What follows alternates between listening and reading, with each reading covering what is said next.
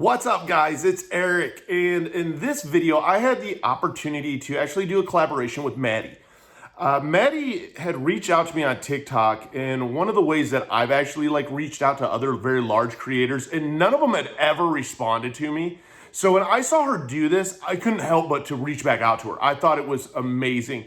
And I had the chance now to do a YouTube video here with her on a collab on why she was originally a news anchor and got into the mental health field. If you're new to my channel, it's all about mental health, mental illness, suicide awareness, sobriety, having a little bit of fun. If you haven't hit the like and subscribe button, hit that like and subscribe button. I'm not a doctor, I'm not a counselor, I'm not a therapist, I'm none of that. My name is Eric. I'm diagnosed with ADHD, PTSD, GAD, and MDD. I've self-harmed before, I've taken meds, I see a therapist, I'm a recovering cocaine and alcoholic addict, and I also lost my wife and father to suicide. When I ended up getting tagged in this video by Madi, she wanted to reach out and she wanted to do some collaborations together. And I love it when other people are very big into mental health. And I've always, for a while, been very skeptical and hesitant about doing collaborations. But talking to her, we really meshed well, and it was awesome. And I wanted to share her story a little bit and find out more about her, because I do get a lot of people that will reach out to me that, you know what, following your goals and passions is so much, and it doesn't cure depression by any means, but what it does do is it gives you that fulfillment in life. It does help you fight through it a lot easier, especially when you're doing something that you enjoy. And talking to her, I found out, well, she was originally a news anchor and literally changed her whole life and got into the mental health field. She now works at a psych ward at a children's hospital, and that's a huge switch to make. It's following your passion, though, and following your heart, and making a difference of what you want out of life. And that's one of the most beautiful gifts that we have. And sometimes we lose track of that. We get trapped in our own head. We get trapped with that depression, that anxiety, and we feel that we're stuck. And I don't ever believe that you are truly stuck. So having her share her experience and why she did the switch was something I think that a lot of people can definitely benefit from.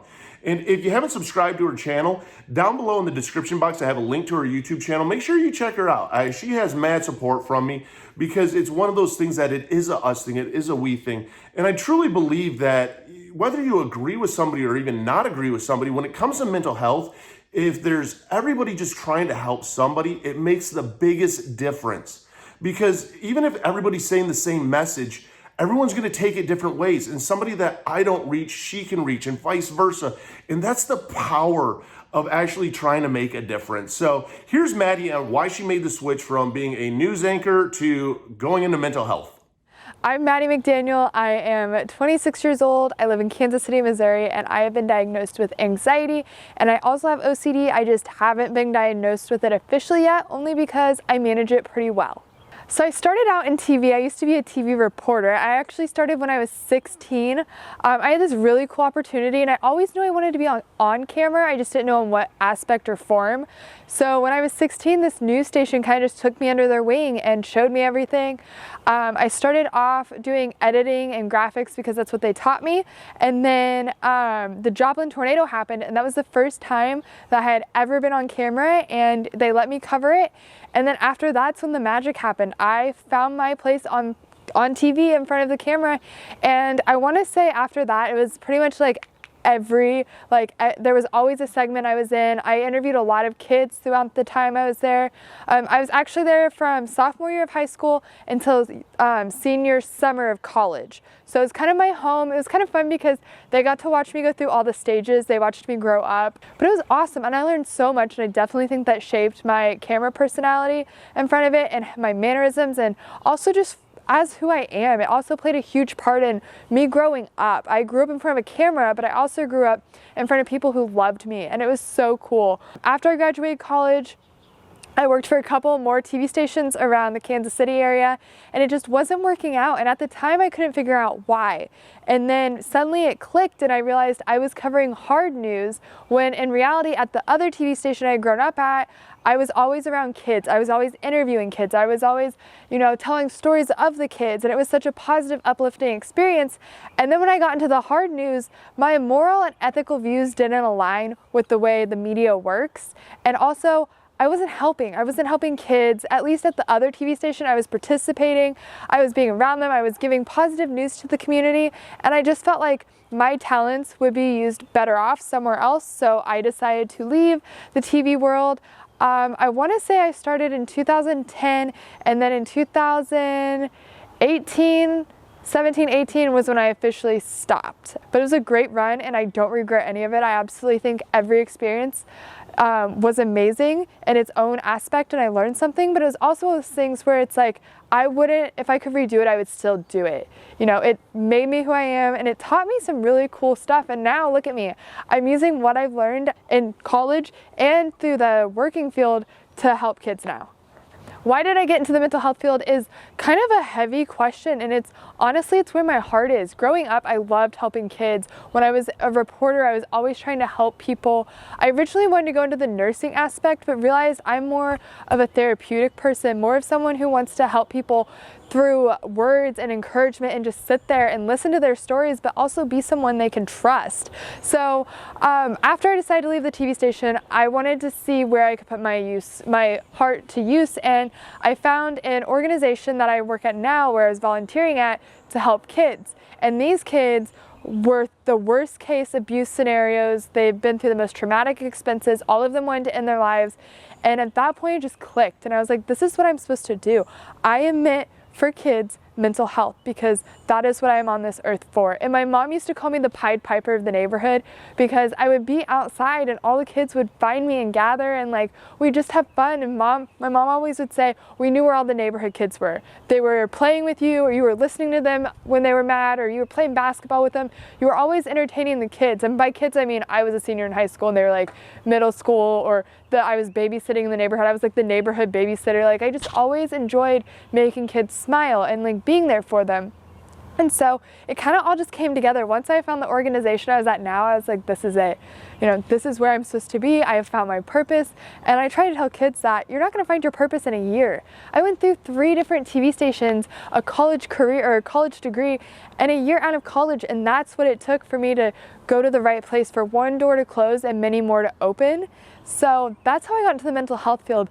And then I actually started YouTube off in makeup, and I loved it. And it was not me. I was constantly having to flaunt my face, constantly having to be like, oh my God, look how pretty I am, like send me PR boxes. And it was so catty. And I got a lot of cool opportunities. We went to LA a few times. But I was just like, I took a year off. I was like, I need to find my niche, because makeup is not it. And then I did TikTok, a couple videos went viral, and after that, everything just kind of fell into place. I was able to reach an audience. I'm growing about 2,000 a day now on TikTok, and it's because all I post are things you want to hear, the encouraging words you want to feel, the person who's there and says, I'm here for you. Look, you're worth it. I know you're going through a lot, because sometimes kids are at home and they don't have that. After where I work now, I realize that's what the need is in the community. The need is to have an influencer be out there like you and be like, look, we're here for you. We're not perfect. We've been through some shit. We're here together, you know, and that's how the whole YouTube TikTok thing got started. I work now for an organization that takes in kids through foster care and kids who are suicidal or homicidal, kids who are in jail. We are a no reject hospital, so we do take the most severe cases. A lot of the other psych hospitals around for pediatrics and adolescents are rejects, which means if you're too aggressive or you're too serious, they can turn you away. We don't do that, so we do get the more aggressive ones at our hospital. And I like it though, because you see the kids who everyone else has given up on. These are kids that no one wants to foster. These are kids that keep getting taken time after time, and you get to tell them they're worth it. You get to be like, I care about you. Look, I know you've had a crappy foster placement. I know you've been through abuse, but look, I'm here and I genuinely care about you. And that's what I love about my job. I teach groups on the unit about 10 to 15 a day, and it's just like behavioral education or TikToks or something to just help them, you know, relax, figure out new coping skills, figure out their triggers. We're constantly interacting them with different outside environmental things like situations and stuff to help them inside and outside of the hospital.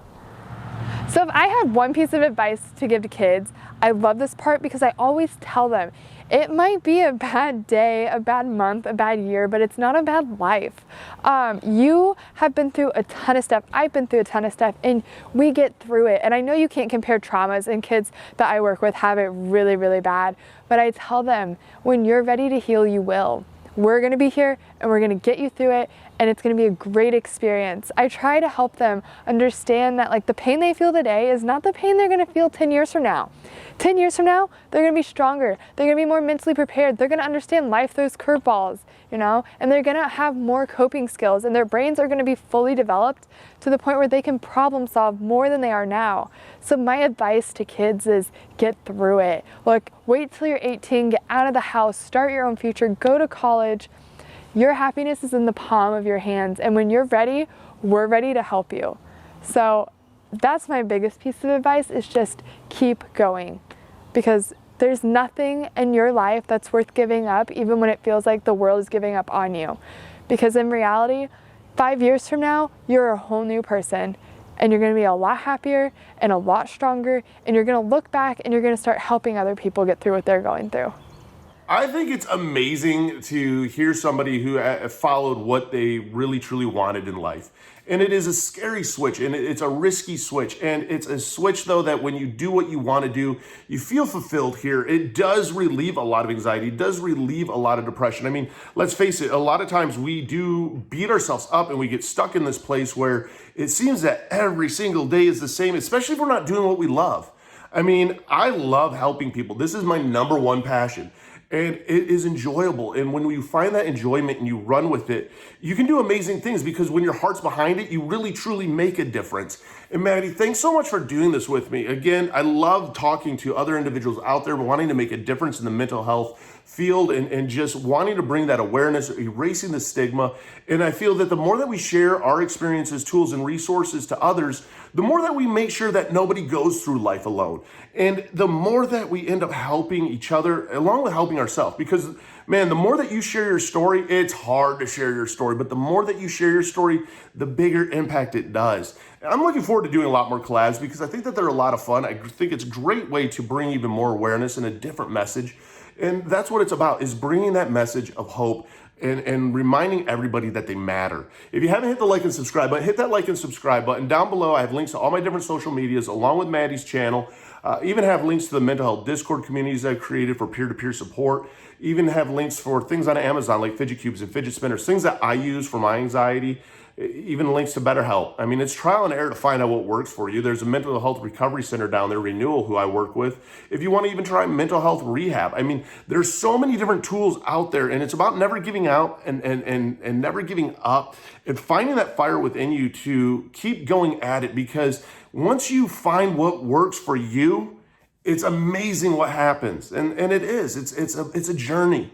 And it's a story that you have that will one day inspire others. You're a BAMF. You're a badass motherfucker. You made it through 100% of your worst days to make it through 2 today. So hit the like and subscribe button, comment down below, and let's do this together.